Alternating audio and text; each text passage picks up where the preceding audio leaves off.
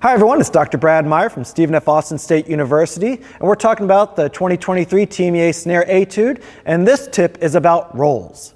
So what we want to do is make sure when we're playing snare drum or really any instrument is whether a roll is tied or untied, we're making a difference. And so a great place to start is looking at measure 22. Here we have two quarter note rolls that are not tied. So in those, we want to make sure they're separated and sound like this.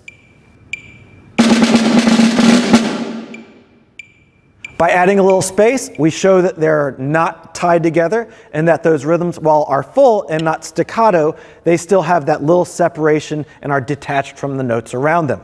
Now, other rolls do have some types of ties, things like measure 27, 28. Those we want to connect, but even at the ends of those, we don't want to connect them. So right there at 27, 28, and 29, we have some rolls that then end without ties, and those should sound like this.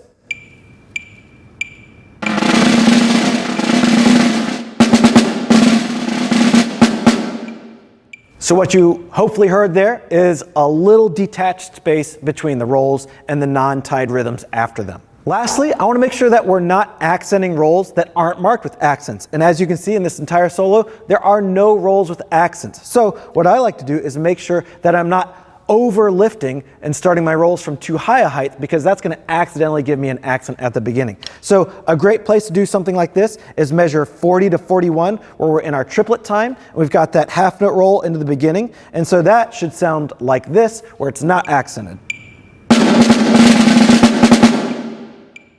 What we want to avoid is accenting it, and what you'll see me do is accidentally lift a little bit too high, and that's going to create that big front on the note, and it's going to cause me to over accent where there's not an accent. And that will sound like this, which we don't want to do.